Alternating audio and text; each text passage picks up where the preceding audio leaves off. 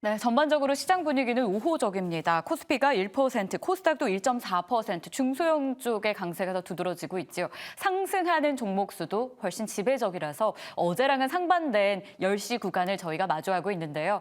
자, 일단 금요일장이고요. 다음 주는 또 어떤 전개가 이루어질지 저희가 예측하면서 전략 세워봐야 될 것 같습니다. 두 분과 함께 할게요. 선투자의 송범선 실장, 헤르메스 스탁의 김시은 팀장 모셨습니다. 안녕하십니까? 네, 안녕하세요. 네, 자 비컷 이후에 하루 늦었지만 주가 상승이 나오고 있습니다. 아쉬운가 봐요. 말을 좀 더듬게 되는데요.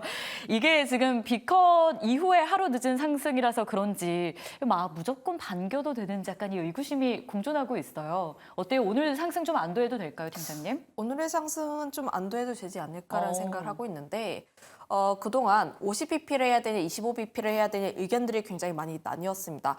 원래 50bp를 인하하게 되면은 사실 긍정적인 내용들은 맞아요. 긍정적인 내용들은 맞은데 다만 우려했던 부분들이 엔캐리 트레이드에 대한 부분들이었다라는 점 오늘 BOJ에서의 일정이 좀 예정이 되어 있다 보니까 관련했을 때 강경한 멘트들만 아니라면은 저는 다음 주 초반까지는 긍정적으로 바라볼 수 있지 않을까라는 생각을 하고 있어서 오늘의 시장은 좀 안도를 할 수 있지만 그렇다고 12시까지는 긴장의 끈을 놓지 말아야 하는 그런 상황이라고 보시면 좋을 것 같고요.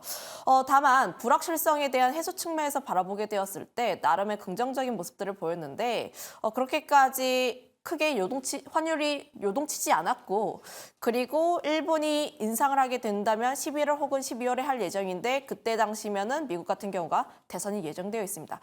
대선이 어느 정도 마무리가 된 이후에 좀 예정이 되어 있다 보니까 관련했을 때 나름 괜찮지 않을까라는 시장의 심리가 좀 어느 정도 반영이 되었다라고 보시면 좋을 것 같고 두 번째 같은 경우가 주간 실업 수당 청구 건수가 양호하게 나왔다라는 건데 파월도 사실 애매하게 이야기했어요.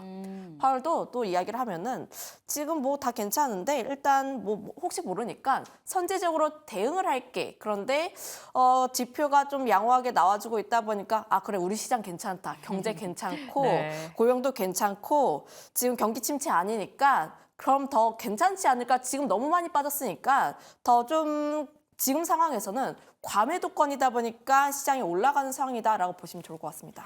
아, 지금 신규 실업수당 청구 건수 이야기를 해주셨는데 언제부터 저희가 그걸 봤던 건지 이게 그렇게 중요하게 여겨졌던 지표는 아닌데 워낙 경제 지표 혹시나 우리가 하드랜딩을 하게 될까 봐 이 우려감이 있다 보니 여러 가지 지표들에 예민해진 시즌인 것 같습니다.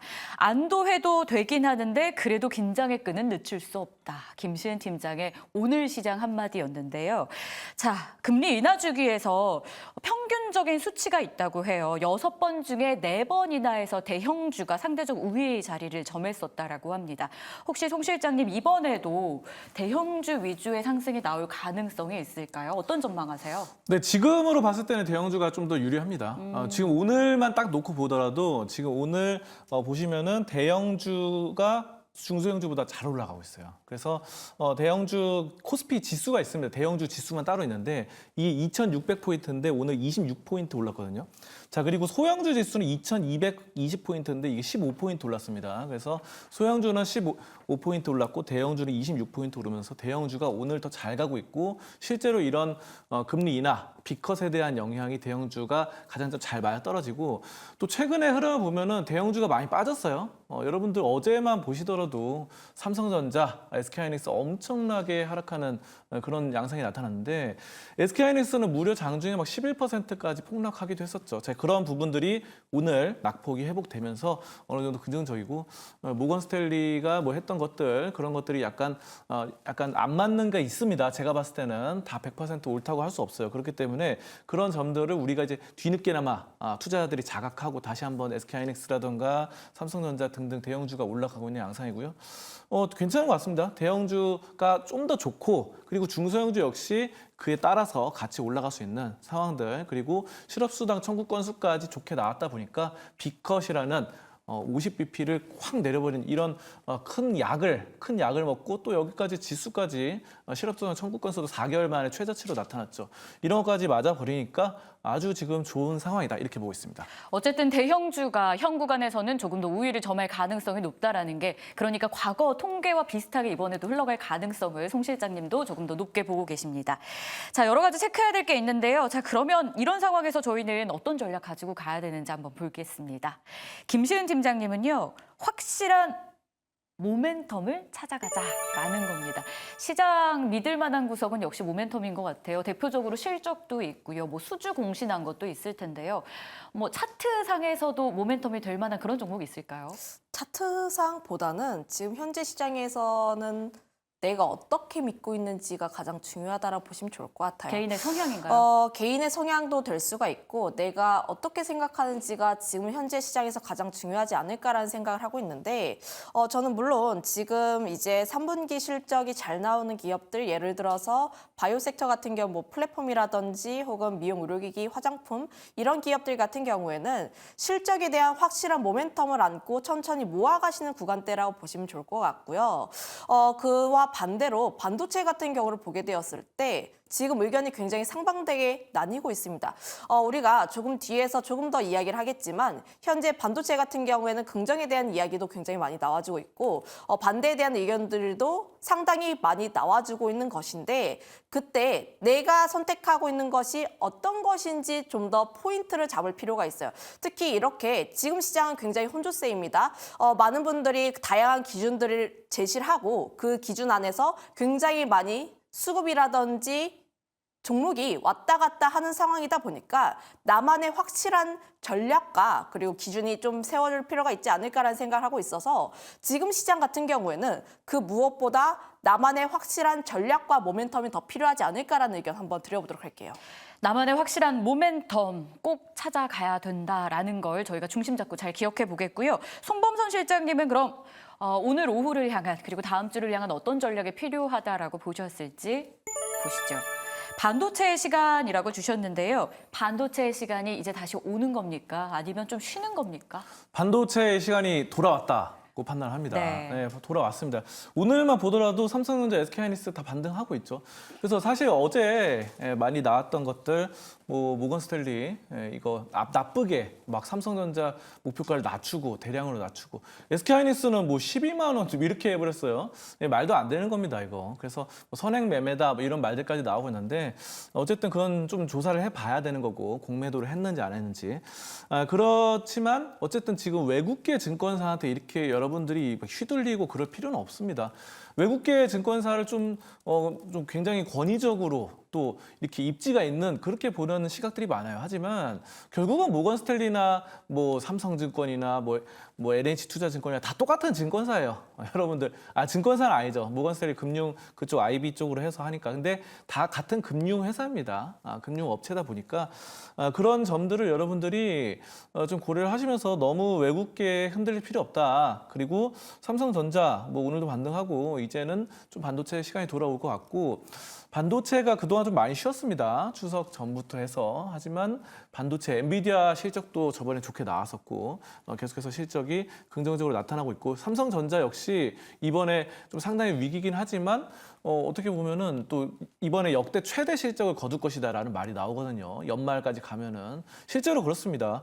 실제로 2022년에 굉장히 높게 매출을 기록했던 2023년 잠깐 쉬었어요. 그러다가 이번에는 2022년에 매출을 넘을 것으로 지금 전망되고 있습니다. 실제로 1분기, 2분기, 3분기 실적을 보면 실제로 넘었어요. 4분기도 3분기만큼 나와준다고 한다면은 그렇기 때문에 예상치 이런 점들을 봤을 때는 굉장히 좋을 것이다. 결국은 반도체 좋다고 전 판단하고 있습니다. 네, 반도체 좋다라고 이야기를 주셨고요. 다시 모건스탠리처럼 겨울이 오는 게 아니라 그 반도체가 주도하는 시작이 올 것이다라는 분석입니다. 반도체 좀 더 깊이 한번 들어가 봐야 될 것 같아요. 일단 코스피 자체가 반도체와 제조업이 이끌고 있는 사구학인데요. 어제 급락 후에 낙폭 어느 정도 만회하며 마감하긴 했는데 그래도 SK하이닉스 기준으로는 한 2% 하락 마감이었고요. 오늘 추가적으로 2% 상승은 하고 있는데 좀 더 올라주기를 바라는 목소리가 여기저기서 나오고 있습니다. 오후장에 추가적인 상승 나와줄 수 있을지도 궁금한데 저희 지금 자리에서 매매 전략 어떻게 가져가야 될까요? 팻말 들어주시죠. 두 분은 역시나 사겠다라는 의견입니다. 삼성전자, SK하이닉스 오늘의 상승 저희가 반기면서 금요일을 보내도 될까 궁금한데요. 김신 팀장님, 일단 필라델피아 반도체 지수는 4% 올랐습니다. 남은 하루 동안 추가적인 상승 가능할까요? 일단 저는 이 가격대 안 사면 대체 언제 사시려고 라는 생각을 하고 있고요.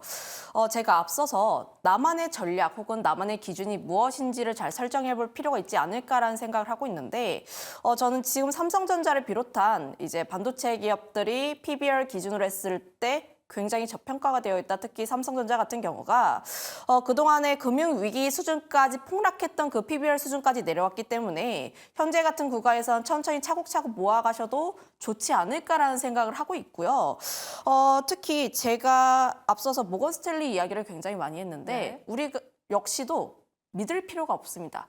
믿어도 되는데 일단 그들이 하는 논리들을 우리가 잘 구분을 해볼 필요가 있어요. 물론 모건 스털리가 이제 윈터 이즈 커밍 하면서 우리 내리에 콱 이제 심었잖아요. 모건 스탠리가 반도체에서 좀 신뢰가 있지 않을까 했는데 그들이 언제나 맞춘 것은 아니었습니다. 2017년 같은 경우도 보면은 삼성전자 관련했을 때 좀 안 좋지 않을까라고 했는데 오히려 2018년에 실적 굉장히 잘 나왔고요. 이들도 보면은 논리를 잘 살펴봐야 하는데 우선 첫 번째 디램 레거시를 보게 되었을 때 물론 뭐 PC라든지 스마트폰 아직까지 수요 부진하고 경기 침체에 대한 우려가 어느 정도 있다 보니까 둔화에 대한 우려가 있다 보니까 수요는 아직까지 좀 덜 살아날 수는 있어요. 그런데 HBM 같은 경우는 공급 과잉에 대한 내용들이 왜 자꾸 나올까?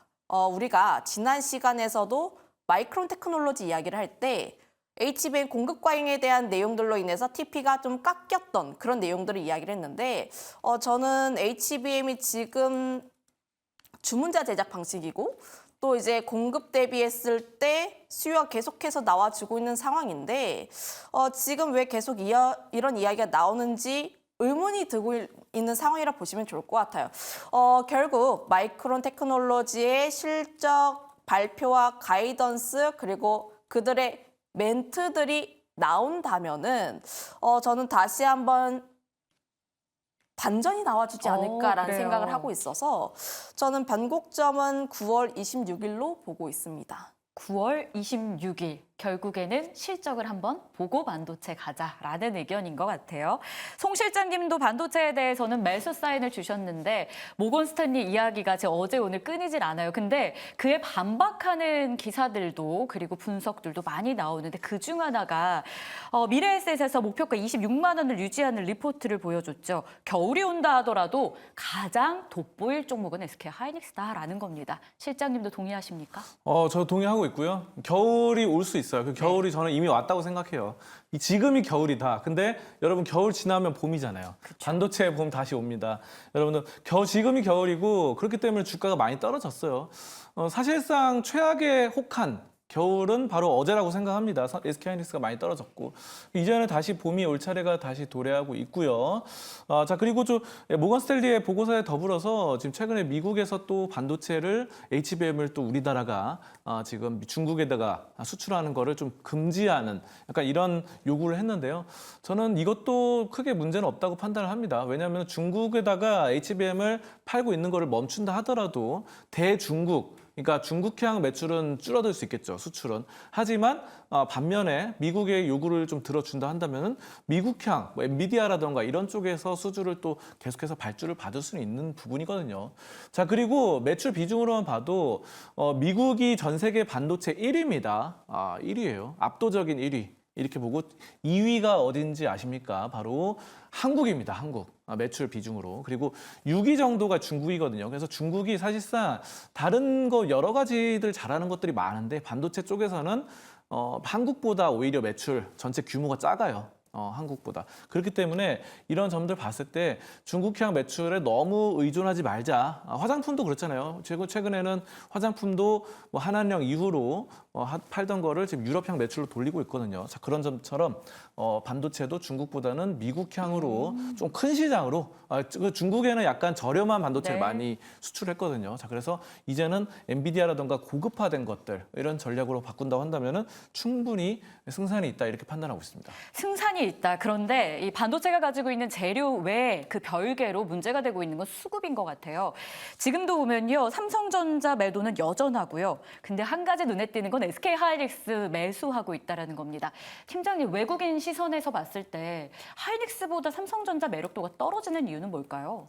일단 두 가지 측면에서 바라보시면 좋을 것 같아요. 일단 SK하이닉스 같은 경우에는 현재 실적이 굉장히 잘 나와주고 있는 HBM 쪽에서 실적이 잘 나와주고 있다는 점이라고 보시면 좋을 것 같고, 그리고 삼성전자 같은 경우는 좀 특수한 게 시장을 대변하는 역할입니다. 우리나라 시장을 대변하고 있는 역할이라고 보시면 좋을 것 같은데, 삼성전자 결국 나아가기 위해선 첫 번째 반도체 쪽에서 다시 한번 턴이 나올 필요가 있고요. 두 번째 같은 경우에는 우리나라 시장의 매력도가 올라가야 합니다. 그런데 아직까지 우리나라 시장 같은 경우에는 다른 국가 대비했을 때 회복도도 그렇고 수급적인 측면도 그렇고 좀 다소 약한 면들이 계속 보여주고 있기 때문에 현재 우리나라 같은 경우에는 매력도가 살짝 다른 국가 대비했을 때 떨어진다라고 보시면 좋을 것 같아요. 저는 뭐 금투세라든지 다양한 요인들이 반영이 되고 있다라고 보시면 좋을 것 같은데 다음 주에 금투세 관련 토론회가 예정이 되어 있습니다. 그때에도 또 긍정적인 내용이 나왔을 때 국내 증시가 또 이제 물론 긍정적인 내용이 나온다고 해서 무조건 올라간다는 아니고 억울하게는 덜 빠진다라는 측면에서 이해를 해보시면 좋을 것 같은데 그 점에 있어서 삼성전자가 SK하이닉스보다 좀 다소 느릴 수는 있긴 하나 그럼에도 불구하고 저는 두 가지를 모두 긍정적으로 보고 있는 입장입니다. 알겠습니다. 잘 참고해 보도록 하겠습니다. 자, 빠르게 특징적인 종목들도 한번 봐야 되겠습니다. 영풍과 고려아연 3거래일 연속해서 시장에 뜨거운 이슈가 되고 있는데요. 경영권 분쟁의 판이 계속 커지고 있는 느낌입니다. 일단 영풍은 오늘도 상한가를 터치했고 지금은 윗골이 들고 10%대 오름권역이고요. 고려아연도 고점을 다시 한번 높였습니다.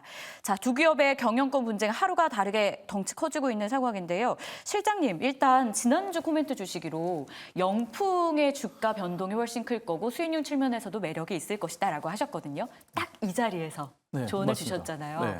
영풍은 지금 윗골이 좀 달았는데 어떻게 들어가도 되겠습니까? 너무 무모합니까? 이게 저는 지난주에는 굉장히 좀 좋게 말씀드렸고 근데 네. 지금은 약간 매도 의견입니다. 왜냐하면은 오. 제가 지난주 방송을 여러분들 그 금요일 날 오늘 산다 안 산다 이거 보면은 제가 영풍 막 상한가 사고 싶다. 여러분들 맞아요. 살 수 있으면 사라. 제가 분명히 말씀드려요. 왜냐하면은 한진칼 이런 게 대한항공 이런 게 이제 2배 갔거든요. 이제 2배, 3배 가가지고 지분 싸움 경쟁에서 모멘텀이 붙었을 시에는 막 2배, 3배 가는 이슈가 있습니다. 그래서 상당히 좀 긍정적이었어요. 왜냐하면 영풍이 원래 되게 조용하고 점잖은 주식이에요. 되게 비철금속으로서 아연 이런 거 하는 금속 기업인데 조용한 주식인데 이게 이런 정도 모멘텀 상한가 가는 거는 정말 한 진짜 10년에 한 번 있는 일입니다. 이 정도 모멘텀에다가 점상 이렇게 가는 거는 상당한 모멘텀인데 지금 오늘 기준 제가 왜 오늘은 이제 매도를 해도 괜찮다고 생각하면은 오늘 약간 음봉이 나왔어요. 네. 그러니까 어제까지도 어제 이제 추석 끝나고 이제 양봉 상한가로 갔거든요. 거의 아침 9시 3분에 이제 26% 시작해가지고 바로 상한가 갔습니다. 9시 4분에. 그 뒤로 상한가가 안 깨지고 이렇게 쭉 갔거든요. 근데 이 오늘은 아침에 보니까 29%까지 올랐다가 지금 떨어져가지고 지금 11% 기록 중인데요. 만약에 그때 제가 뭐 상한가 살 수 있으면 사라. 그리고 고려아연이랑 뭐 영풍재지, 영풍재지는 사실 영풍그룹은 아닌데 영풍 이름이 붙어서 붙었어요. 같이 올라갔어요. 이상하게. 근데 영풍재지 역시 지금 마이너스로 전환했고요. 영풍정밀 막 이런 애들 막 상한가를 갑니다. 2연상, 3연상 가요. 그렇기 때문에 야 그때 매수를 제 말을 듣고 매수하셨던 분들은 축하드리고요. 이제는 어느 정도 수익 실현해야 되지 않을까. 왜냐하면은 오늘 영풍이 음봉으로 크게 좀 전환했고 영풍 재지가 원래 아무 영풍 그룹이 아니에요. 이름만 똑같고. 근데 그럼에도 올라가다가 좀 떨어져서 지금 마이너스이기 때문에 이제는 어느 정도 수익 실현을 하고 다음 기회를 한번 노려보면 좋겠다. 저는 이렇게 판단하고 있습니다. 네, 3거래일이 지났습니다. 영풍이 3차례 연속 상한가를 터치했기 때문에 오늘의 전략은 좀 달라집니다. 참고해 보시고요. 김시은 팀장님 의견도 볼게요. 일단 한 가지 이슈가 더 터진 게 소프트뱅크의 손정희 회장을 고려아연 쪽 최 회장이 만났다라는 겁니다. 사실은 MBK가 그 중심에 서 있으면서 고려아연이 좀 안 좋지 않을까, 더 안 좋은 위치에 있는 것 아닌가라는 생각이 많이들 하셨을 것 같은데 소프트뱅크가 붙어주면서 백기사 역할을 해줄 수 있을지 궁금한데 이제 어떻게 흘러가고 있는 겁니까? 일단 뭐 백기사 역할을 해줄 수 있을지는 조금 더 두고 봐야 하겠지만 네. 일단 9월 말까지 이 이슈는 조금 더 지속될 가능성이 높다라고 보시면 좋을 것 같아요. 물론 보유자이신 분들 같은 경우에는 리스크 관리 차원에서 또 현금에 대한 이제 매력을 또 나올 필요가 있긴 하나 저는 영풍정밀이 상한가에 풀리지 않고 계속해서 올라간다라고 가정을 해본다면 다른 관련 종목군들 같은 경우에도 변동성을 크게 키우면서 따라 올라갈 가능성이 높다라고 생각을 하고 있어서 계속해서 주시를 해야 하는 입장이라고 보시면 좋을 것 같고요. 일단 지금 전의 전쟁이라 보시면 좋을 것 같습니다. 얼마나 지분을 많이 확보를 하느냐에 따라서 관련 종목군들의 변동성이 크게 나올 수 있는 상황이라 보시면 좋을 것 같고 현재 지금 어제 나왔던 공시가 고려아연이 장시석 쪽과 특별 관계자 해소 공시를 나서면서 공개 매수에 대한 기대감이 다시 한번 더 나올 수 있는 상황들 그리고 변곡점이 될 수 있는 게 9월 24일이라고 보시면 좋을 것 같은데 24일까지는 공개 매수에 대한 가격을 바꿀 수가 있어요. 66만 원이었는데 고려아연에 대한 가격이 66만 원이었는데 그 이상으로 올릴 수가 있습니다. 그래서 24일 전까지 가격을 올리는지 내리는지 여부도 또 중요한 포인트가 되지 않을까라는 의견 한번 드려보도록 할게요. 그럼 좀 더 지켜봐야겠다라는 내용인데요. 그런 관련주들의 움직임도 같이 따라붙어 줄 수 있을지 궁금하실 것 같아요. 영풍재지는 지금 이름이 붙은 것뿐이고요. 정밀의 변동성도 굉장히 큰데 송 실장님 관련주 중에는 좀 볼만한 종목 없나요? 저는 이제 일단은 아까 전에 좀 매도 의견을 드리긴 했는데 지금 뭐 좀 떨어지긴 했습니다. 떨어지긴 해서 다시 한번 좀 들어간다라고 한다면은 지금으로 봤을 때는 저는 저번에는 이제 그냥 영풍을 좀 긍정적으로 봤는데요. 영풍은 어느 정도 이제 매도를 하시면 괜찮을 것 같고 지금으로 봤을 때는 고려 아연이 좀 매력이 있다고 보여져요. 왜냐하면은 고려 아연의 이 아연, 그러니까 이번에 이제 지분 다툼 외적으로 말씀드릴게요. 지분 다툼 관련된 이슈는 여러분들이 뉴스에서 많이 보셨을 거고요. 이 아연이 정말 좋은 겁니다. 아연에 대해서 잠깐 설명드리면은 그 프랑스의 상징이 에펠탑이잖아요. 근데 에펠탑이 20번 넘게 이 100년 넘게 지어졌거든요. 지은 지 100년 됐는데 100년 넘게 20번 넘는 보수 작업을 했다고 합니다. 수리 작업을 한 거예요. 그게 부식되다 보니까 철로 만들어져. 근데 만약에 이 에펠탑을 아연으로 만들었다고 한다면은 3-4번만 보수 작업을 하면 된다. 왜냐? 아연은 100년 넘게 뭐 산성비가 오든 무슨 뭐 비바람이 불어도 부식이 잘 안 돼요. 그만큼 단단하고 좋은 겁니다. 그래서 우리 산업에 필수적이고 이런 영풍 그룹의 아연을 만드는 회사 정말 좋은 산업이기 때문에 여러분들이 좀 긍정적으로 본다고 한다면 좋고 또 한 가지만 더 말씀드리면은 고려 아연이 2차 전지 쪽으로도 뛰어들었어요. 그래서 여러분들 2차 전지 테마까지도 한번 노려볼 수 있다. 이런 점들 2차 전지와 지배권 이슈 그리고 아연의 좋은 점 이런 것들 보신다고 한다면 고려 아연도 한번 지금 긍정적으로 판단하시면 좋을 것 같습니다. 그러니까 회사가 하고 있는 사업성을 생각한다면 고려아연 쪽의 매력이 더 커질 가능성을 지금 염두하면서 추가적인 전략을 저희가 세워봤습니다. 자, 2차 전지 이야기를 주셨는데요. 밤사이에 테슬라가 자동차 구매가 증가할 기대감을 가지고 7% 급등했습니다.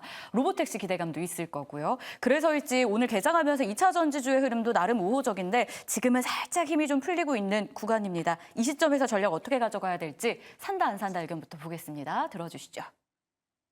2차 전지 두 분은 사겠다라는 의견입니다. 자, 엘코프로 그룹주도 상승이고요. LG엔솔, 삼성, SDI 등 대표 셀 기업들도 상승합니다. 팀장님, 시총 상위단 2차 전지가 오르다 보니까 그 아랫단까지 확산될 수 있지 않을까 보유자의 영역에서 고민, 기대 공존하거든요. 의견 주시죠. 저는 그래도 현재 대형주 쪽에서 잡는 게 맞다라고 보시면 좋을 것 같고 삼성 SDI라든지 LG 에너지솔루션이 현재 주가의 추이를 보게 되었을 때 박스권 뚫고 다시 한번 올라가는 상황이라고 보시면 좋을 것 같아서 수급적인 측면 그리고 기술적인 측면에서도 조금 더 좋지 않을까라는 생각을 하고 있습니다. 그리고 테슬라에 대한 이야기를 앞서서 이야기를 해줬는데 테슬라를 바탕으로 했을 때 2차 전지가 더 좋지 않을까라는 보다는 저는 테슬라가 올라가면 오히려 자율주행 쪽을 더 봐야 한다는 입장을 가지고 있어서 오히려 지금 더 좋은 점수를 주고 싶은 쪽은 사실은 2차 전지보다는 자율주행 쪽, 특히 퓨런티어를 대장으로 바탕으로 했을 때 관련 종목군들의 순환매가 굉장히 빠르게 나와주고 있는 상황이라서 오히려 트레이딩이라든지 10월 로보택시에 대한 기대감을 가지고 있다면 저는 2차 전지보다는 자율주행 쪽을 조금 더 추천드려보도록 할게요. 2차 전지보다는 자율주행 쪽, 이 중심에는 테슬라가 쏘아 올린 공이 있는 거고요. 2차 전지 자체만 놓고 본다면 대형주의 매력이 현 구간에서는 조금 더 있다라는 분석입니다. 자, 그런데 이슈 있는 종목이 있어서 금양 한번 볼게요. 2조 3천억 원가량의 해외 수주 소식이 들려왔습니다. 장중에 24%까지 급등해다 지금은 반납하고 한 10% 정도 오름권역인데요. 눈에 띄는 건 최근 주가예요. 6개월 새 반토막 이상 떨어졌습니다. 수주를 통한 반등의 신호탄으로 오늘 봐도 될까요? 저는 굉장히 좋게 보고 있습니다. 우리가 보통의 제약바이오 기업들, 보통 기술 이전 나오는 종목도 굉장히 좋게 보잖아요. 뭐 알테오젠이 5조 가량 기술 이전했어요. 그리고 예전에 이제 종근당, 뭐 리가켄 바이오 이런 기업들이 1조에서 2조 사이를 기술 이전 수출했습니다. 규모가 그래요. 규모가 그 정도인데 2조, 1조 이 정도 기술 이전 해외 수출했을 때 빅파마에 수출했을 때 엄청나게 주가가 오르거든요. 그때 이제 오르는 그 상승 각도를 보면은 50%, 60% 오릅니다. 근데 지금 금형이 2조가 넘었습니다. 2조 3천억 원. 그러니까 아까 종근당이나 리가켄 바이오만큼 수주를 따낸 거예요. 자, 그렇기 때문에 그런 점도 봤을 때 지금 오늘 10% 오르는 거는 어느 정도 상승의 신호탄을 볼 수 있겠고 상당히 규모가 큽니다. 근데 사실 금양이 최근에 이 적자였어요. 영업이익이. 근데 이번 수주로 인해서 굉장히 2차 전지 공급 계약으로 인해서 많이 좀 흑자로 돌아설 것으로 저는 보고 있고요. 다만 밸류에이션 단에서는 좀 약간 좀 고평가된 부분이 있습니다. 자, 그래서 그런 점들을 리스크로 보실 수 있어서 제가 봤을 때 아까 전에 말씀드린 것처럼 막 50%, 60% 알테오젠처럼 막 엄청난 큰 상승하기는 좀 힘들어 보여요. 하지만 지금 가격은 그래도 좀 약간 너무 과도하게 낙폭이 있었고 지금 모멘텀이 붙었기 때문에 충분히 한 7만 원 선까지는 올라갈 수 있겠다. 저는 이렇게 보고 있습니다. 좋습니다. 이렇게 해서 2차 전지까지 정리를 도와드렸습니다. 금양도 참고해 보시죠. 자, 빠르게 다음 섹터 볼게요. 조선주의 상승도 만만치가 않습니다. HD, 현대, 미포조선, 한화, 오션 등이 오늘의 상승을 주도해주고 있고요. 뭐 수주를 기반으로 한 실적도 잘 나오고 있는 데다가 대략 한 3에서 4년 정도의 일감도 확보된 상태라고 합니다. 업황에 대해 의심하는 분은 없지 않을까 싶은데요. 어떻게 해요? 저희 사볼까요? OX카드 들어보겠습니다. 들어주시죠. 의견 엇갈립니다. 김시은 팀장님은 매수 사인을 지금 주셨는데요. 다만 한 가지 조선주가 지금 좀 비싸다. 뭐 이런 의견도 공존을 하더라고요. 동의하세요? 아니요. 않아요. 네. 지금 조선주는 현재 실적이 아니라 앞으로 수주에 대한 부분들, 그러니까 지금 3년치 일감에 대한 부분들이 기대감이 끌고 왔다라고 보시면 좋을 것 같고, 그리고 지금 조선 쪽에 대해서 전 항상 부정적인 의견 드린 적이 거의 없습니다. 네. 항상 제가 조선주에 대해서 이야기를 할 때 성향만 맞는다면 저는 비중의 50%를 담아도 괜찮다라고 할 정도로 굉장히 긍정적인 입장들을 드렸고요. 특히 조선주 하시는 분들은 아시겠지만 장기 성향입니다. 약 2년 정도에서 3년 정도를 들고 가실 분들만 좀 추천드려보도록 하겠는데, 일단 조선주들 같은 경우에는 상반기 실적이 다시 한번 턴을 했고 앞으로 성장에 대한 기대감이 앞으로 나와주고 있는 상황이라 보시면 좋을 것 같고요. 지난 몇 달간 살짝 주가 꺾이긴 했는데 그때 왜 꺾였냐? 반도체라든지 혹은 외국인 쪽에 대한 수급이 이탈이 되면서 조선주들이 약간 꺾였습니다, 주가가. 그런데 최근 들어서 조선주들 차트라든지 외국인 흐름들을 잘 살펴보면은 외국인이 다시 들어와 있는 상황이에요. 그런 상황 속에서 저는 여전히 조선주들 굉장히 긍정적으로 바라볼 수밖에 없기 때문에 저는 현재 자리에서도 좀 추천드려보도록 하겠고요. 가장 대장이라고 할 수 있는 게 HD 한국조선해양이다 보니까 이 종목을 조금 더 강력하게 이야기 드려보도록 하겠습니다. 조선주는 장기 성장을 보는 섹터다. 지금 수주 일감을 본다면 결코 비싼 자리가 아니다라는 게 김시은 팀장님의 의견입니다. 그런데 지금 실장님은 안 사겠다라고 하셨어요. 일각에서는 반도체에 지금 발목을 잡는 게 업황에 대한 의구심 뭐 이런 거잖아요. 조선주는 업황 의심하는 분이 없는 것 같은데 뭐 주도주로 등극할 가능성까지 시장은 보던데 안 사는 이유는요? 지금 왜 그러면 살 게 너무 많아서 그렇습니다. 왜냐하면은 조선주가 안 좋은 게 아니라요? 네, 조선주 나쁘다는 게 아니라 제가 봤을 때는 반도체랑 제약바이오, 2차 전지 뭐 이런 것만 사도 지금 포트폴리오가 꽉 차버려요. 네. 그래가지고 돈이 없습니다. 그래서 저는 그렇게 보고 있고 조선주가 좀 나쁜 건 아니고 괜찮습니다. 여러 가지 좋고 뭐 호재도 보면 카타르 이런 것들 프로젝트 확장 이런 것도 좋고 근데 다만 이제 하반기 선박 건조 계약 감소 전망이 있어요. 그래서 선박이 약간 감소될 가능성도 있다라는 게 보여지고 카타르 에너지의 수주 성공 시에 모멘텀을 작용하는데 카타르 에너지가 수주가 아직 성공을 한 게 아니다 보니까 약간 미지수다 이런 것도 좀 확인하고 들어가시면 좋을 것 같고 전 그리고 조선주보다는 약간 해운주 지금 보면은 뭐 대한해운이라던가 아니면 HMM 이런 쪽이 약간 좀 더 저는 좋다고 판단해요. 그래서 여러분들이 해운주 HMM 한번 옛날에 흠슬라라고 불렸잖아요. 근데 지금은 완전히 고꾸라졌습니다. 이런 것들 다시 한번 올라갈 시간 될 것 같으니까 해운주들 HMM 보시면 좋을 것 같습니다. 네, 참고해 보겠습니다. 자, 이제 마지막으로 전력 설비 전선주 점검을 좀 해보겠습니다. 어제 AI 반도체 조정에도 불구하고 AI 모멘텀이 동일한 전력 설비는 나홀로 상승하고 오늘 추가적인 시세가 나오고 있죠. 여전히 대장은 HD 현대일렉트릭이고요. 전선에선 가온전선, 대원전선 부각되네요. 산다 안 산다 의견부터 보겠습니다. 들어주시죠. 오, 다시 한번 엇갈리는데요. 이번에 팀장님이 안 사겠다는 의견이세요. 볼까요? 여기도 업황 기대감이 좀 큰 쪽이더라고요. KB증권에서 5년치 일감 확보했다. 슈퍼사이클의 시작이다라고 보고 있습니다. 일단 저는 전력기기 섹터에 대해서 굉장히 긍정적인 입장이긴 한데 다만 그중에서 현재 사라고 하면 어떤 종목을 살 것이냐 하면은 HD 현대일렉트릭을 먼저 사는 게 맞고요. 다만 지금 현재의 차트를 보게 되었을 때 33만 원에서 35만 원 라인대 항상 이 라인대를 뚫지 못하고 있습니다. 지금 돌파 매매를 하는 자리가 아니라 여기를 확실하게 뚫고 나서 사시거나 아니면 오히려 눌림이 나왔을 때 매집을 하고 그다음에 35만 원 라인대를 뚫지 못하게 되었을 때 매도를 하는 자리라고 판단을 하고 있어서 저는 현재 자리보다는 오히려 눌림이 나왔을 때 혹은 돌파를 확실하게 했을 때 매수를 하고 싶습니다. 지금 자리가 아니라 눌림이 나왔을 때 그때 매수하는 게 좋겠다. 그러니까 매수에 대한 시기를 좀 정리해 주셨는데요. 송범선 실장님 의견은 지금 자리에서도 매수한다라는 거예요. 특히 HD 현대일렉트릭은 신고가 부근으로 다시 올라가고 있는데 개인 투자자들 좀 따라붙어도 될까요?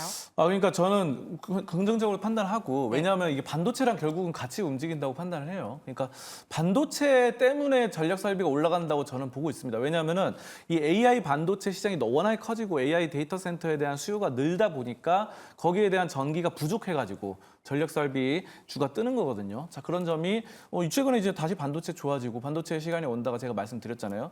자, 그러니까 앞서서 말씀드린 것처럼 반도체가 또 더 좋아지고 AI 반도체가 더 좋아지면은 전력 설비도 다시 좋아진다. 이렇게 보고 한 가지 또 이슈가 이제 블랙록이 마이크로소프트와 함께 이 AI 인프라 시설 구축을 위해서 40조 원 이상의 펀드를 조성한다고 하거든요. 그러니까 이 펀드로 전력기기 이쪽에 투자를 한다는 겁니다. AI 쪽으로. 그렇기 때문에 이에 따라서 AI 투자하고 거기에 전력이 부족하면 전력 설비가 올라갈 가능성이 굉장히 높다. 저는 이런 논리에 따라서 LS 일렉트릭 그리고 HD 현대일렉트릭 둘 다 긍정적으로 판단합니다. 전선은요? 전선도 괜찮죠. 여러 가지 전선도 결국은 전선 뭐 케이블 이런 거라던가 해적 케이블 등등이 좋기 때문에 전선도 나쁘지 않게 가온 전선 등등 좋게 판단하고 있습니다. HD 현대일렉트릭과 LS 일렉트릭 눈여겨보시길 바란다는 조언 챙겨보도록 하겠고요. 전선 역시 함께 우호적인 분위기 나타낼 가능성이 높다라는 겁니다. AI 모멘텀도 있지만 교체 수요에 대한 모멘텀도 같이 참고해 보도록 하겠습니다. 자, 이어서는 두 분이 이렇게 시장 오늘장에 대한 정리를 도와주셨고요. 추가적으로 저희가 매매할 만한 종목이 있을지도 알아봐야 될 것 같아요. 송범선 실장님부터 한번 오늘의 공략주 가보도록 할 텐데 지금 줄곧 반도체에 대한 매력을 어필하고 계시거든요. 거기서 나왔을까요? 맞습니다. 가온칩스 반도체입니다. 오늘 가온칩스를 말씀드리는데 이 가온칩스가 뭔지를 일단 아셔야 되는데 이 디자인 하우스예요. 그래서 우리가 이제 보통은 팹리스가 있고 파운드리가 있잖아요. 그래서 팹리스가 이제 파운드리한테 수주를 합니다. 그래서 팹리스가 이제 설계를 하고 반도체 설계하고 그 설계한 걸 바탕으로 파운드리한테 맡기는데 TSMC나 뭐 삼성전자 등이 만들 때 중요한 거는 TSMC가 이제 공장이 있잖아요. 그 공장 설비가 구조가 다 다르거든요. 자, 그런 것들을 그냥 맡기면 엔비디아에서 맡기면 이게 좀 안 맞을 수가 있어요. 공장 설비 실제 구조랑. 그래서 이거를 디자인을 해야 됩니다. 그 가운데서. 그래서 그거 하는 디자인 하우스가 바로 가온칩스다. 근데 가온칩스가 바로 팹리스한테서 설계도를 받아서 디자인하고 그거를 파운드리에 넘겨주는 회사, 이게 가온칩스인데 이 가온칩스가 좋은 게 뭐냐면은 삼성향이에요. 그래서 삼성전자 이쪽으로 삼성에다가 반도체 솔루션, 디자인 솔루션을 납품을 하고 있거든요. 자, 그렇기 때문에 삼성의 강력한 후원을 받고 있습니다. 그래서 매출을 보면은 엄청나게 상승을 하고 있어요. 자, 그래서 뭐 2020년에 171억이었는데 2022년에 433억이고 2023년에 636억이고 2024년 아직 끝나지는 않았지만 예상이 987억입니다. 지금 뭐 1분기, 2분기 실적 나왔고요. 1분기, 2분기까지처럼만 나오면은 3분기, 4분기 나오면은 987억. 그러니까 3년, 4년 전보다 4배, 5배 성장한 거예요. 매출이. 그러다 보니까 주가도 올랐는데 올해 3월까지만 오르고 계속 빠졌거든요. 그래서 올해까지 3월까지 오르고 계속 빠졌으니까 앞으로는 디자인 하우스로서 굉장한 솔루션이 있는 기업 올라갈 수 네. 있겠다. 그래서 가격 전략 말씀드리면은 현재 41,850원, 41,600원 이때 매수하시면 좋을 것 같고요. 목표가는 48,000원, 그리고 손절가는 37,000원 이렇게 보시면 좋을 것 같습니다. 송 실장님의 오늘 공략주는 가온칩스였습니다. 체크해 보도록 하겠고요. 자, 김시은 팀장님은 오늘 어떤 정보 갖고 왔을지 궁금한데요. 섹터가 제약바이오죠. 네, 제약바이오 같은 경우에는 아무래도 금리 인하가 본격적으로 시작을 하는 초입 구간이다 네. 보니까 계속적으로 관심 있게 봐야 하는 섹터이지 않을까라는 생각을 하고 있고요. 그 안에서 ST팜을 가지고 왔는데 네. 지금 바이오 같은 경우에는 수산매 흐름들이 굉장히 빠르게 돌고 있습니다. 특히 뭐 CDMO 쪽 같은 경우가 3대장이라고 보시면 좋을 것 같은데 삼성 바이오로직스, 바이넥스 그리고 ST팜이 있어요. ST팜이 한 3등 정도라 보시면 좋을 것 같고요.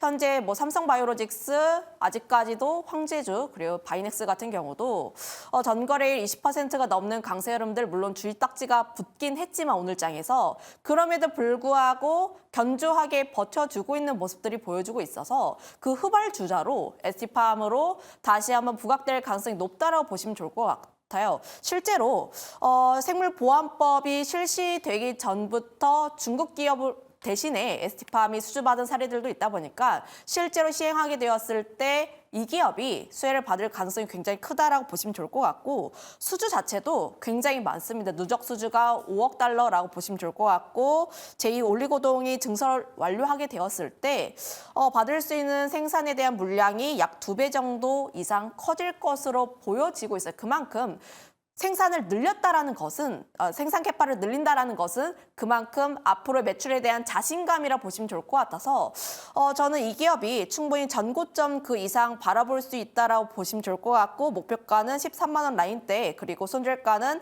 9만 원이라는 라인대를 이탈하지만 않는다면은 전 충분히 중장기적으로도 봐도 좋지 않은 그런 기업이지 않을까 의견 드려보도록 하겠습니다. 네, 이렇게 해서 공략주에 대한 가격 전략까지 세워봤습니다. 잘 참고해 주시고요. 자, 이번에는 수급의 향방도 알아봐야겠죠. 박세미 아나운서와 함께 외국인과 기관의 수급 동향 체크해 보시죠.